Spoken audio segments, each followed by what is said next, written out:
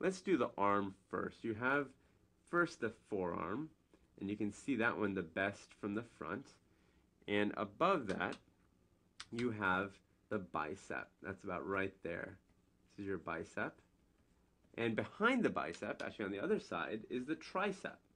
That's right there. And above both the bicep and the tricep is the shoulder. And actually, I'm going to draw that right there. You can actually see it from the front and the back. I'm just going to draw it right there, just for simplicity.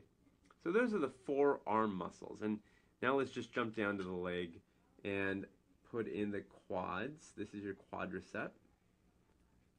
And this is actually called a quadricep because it's actually four different muscles working together. And below the quads, or actually on the other side of the quads rather, is your hamstring. So right here is your hamstring. And I want to give a special kind of shout out to the hamstring because it does a lot of work and a lot of people forget to stretch it out. And you can often get in a lot of pain from not having a good stretched out hamstring. Below it is the calf. Here's the calf. And the calf is actually sitting on the opposite side of the bones in the lower leg, the tibia and the fibula, which is why it's so bony on the front part of your lower leg, but on the back it's very meaty and muscly. So you have three leg muscles there, and now let's put in the core muscle. So you have, let's do the front first. So right here is where people talk about getting a six-pack, your abs. That's an important muscle group. Helps you do sit-ups. And above it is your chest. So right here is your chest. And so there are two in the front. And similarly, there are two in the back. And so the back ones, let me do in yellow, are your trapezius. And trapezius actually kind of comes down like a diamond almost. Kind of like that. And it helps with the neck and upper back. And then almost like you have wings in a way, you have two other muscles, or actually another muscle with two sides on it called the latissimus dorsi. And it's actually kind of the large spread out muscle, and I'm not drawing all of it, but basically kind of spreads all the way through your back. And this is the major muscle of your back. So when people say, you know, I threw out my back, oftentimes if it's the lower back, they're talking about their latissimus dorsi. And that means that we have now our four core muscles shown up here as well. So counting them out, we've got our 11 muscle groups. And so just to, again, go over it very quickly, we've got one shoulder, bicep, forearm, and tricep. In our leg, we have our quads, our hamstring, and our calf. And then in the core of our body, we have our abs, our chest, our upper back, which would be the trapezius, and the lower back, which is the latissimus dorsi. Those are 11 groups.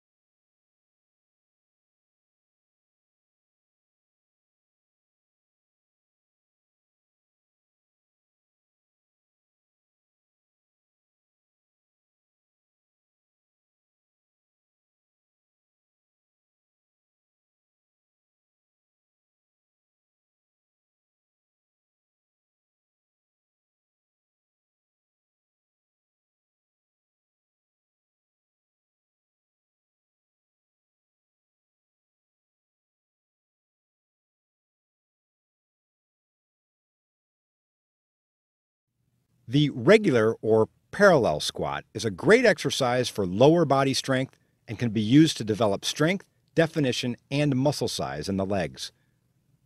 Follow these instructions to perform the barbell parallel squat. With the barbell on your upper back, stand with both feet slightly wider than hip width. Keeping the chest up at all times, lower yourself carefully by bending the hips and knees. Keep your weight on both heels as you squat down until your upper thighs are parallel to the ground. Keeping the knees tracking straight at all times, return to the top.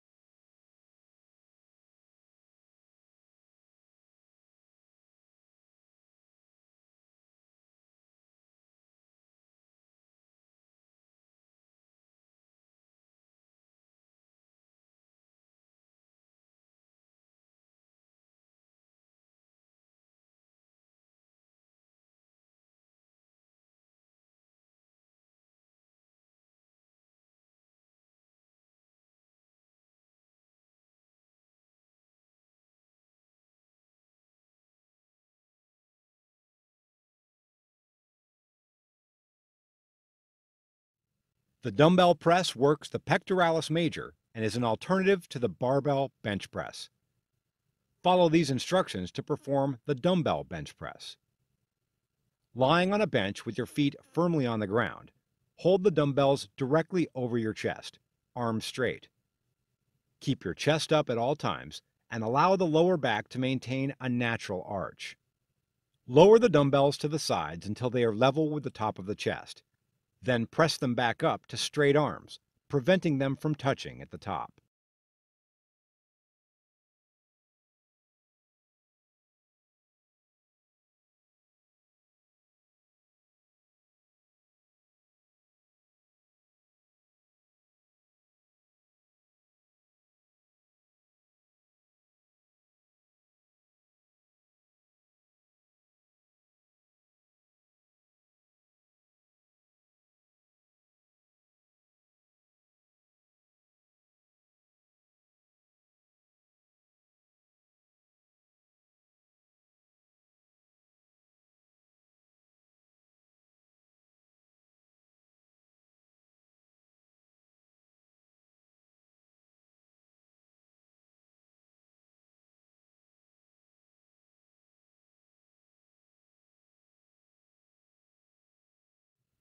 The leg curl exercise is an isolation movement for the hamstrings.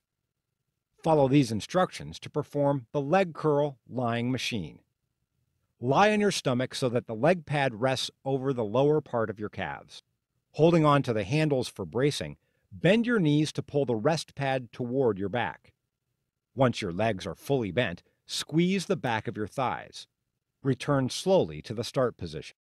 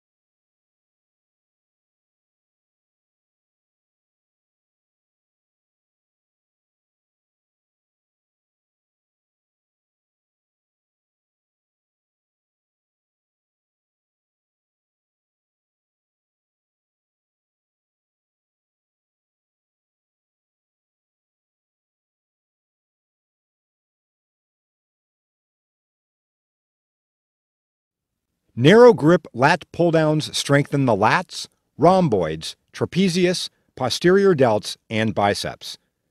The narrow grip can be performed with a pronated, overhand, or supinated, underhand grip. Follow these instructions to perform the narrow grip lat pull-downs. Start with your hands on the bar at shoulder width, arms straight and palms facing forward. Pull the bar straight down under your chin toward the top of your chest. Keep your chest up and your elbows out to the side. Return slowly to the top with your arms straight again. The V-grip, or close grip seated row, is an excellent exercise for building the lats and mid-back. Follow these instructions to perform the V-grip seated row. Seated with your legs slightly bent in front of you, hold the V handle at abdominal level with straight arms. Keep your chest up and your trunk stabilized. Pull the handle straight back toward your abdomen, keeping the elbows close to your sides. Return slowly forward until your arms are straight again.